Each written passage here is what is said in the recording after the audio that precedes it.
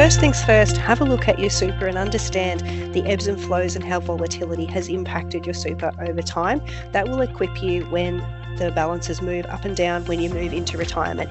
It's very normal for balances to move while you're in retirement. How do our expense habits change over time? I do try to encourage people to do some of those things that appear to be on a bucket list now, do them as soon as possible.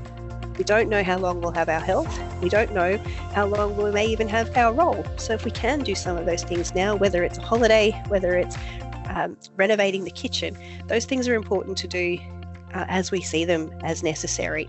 We don't want to be putting things off that we may not get to. As we age, the first couple of years of retirement really are finding our groove. Sometimes they involve some bigger holidays or maybe some bigger expenses. We might buy the car we're going to drive through retirement, for example. That might be ready to purchase as we hit retirement. The other things that do and don't change, so whether there's one person in the house or 10 people in the house, we still have the lights on, we still have water being used and things like that. So some of those don't change so much. Rates will stay the same if we stay in the same property.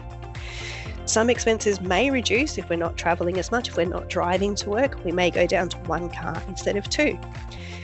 We'll still have registration costs for that one car.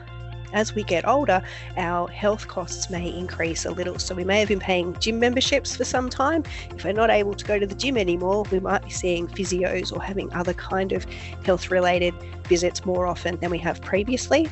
And it might be we end up with some home care or gardening care expenses that we don't have now that we need assistance with down the track.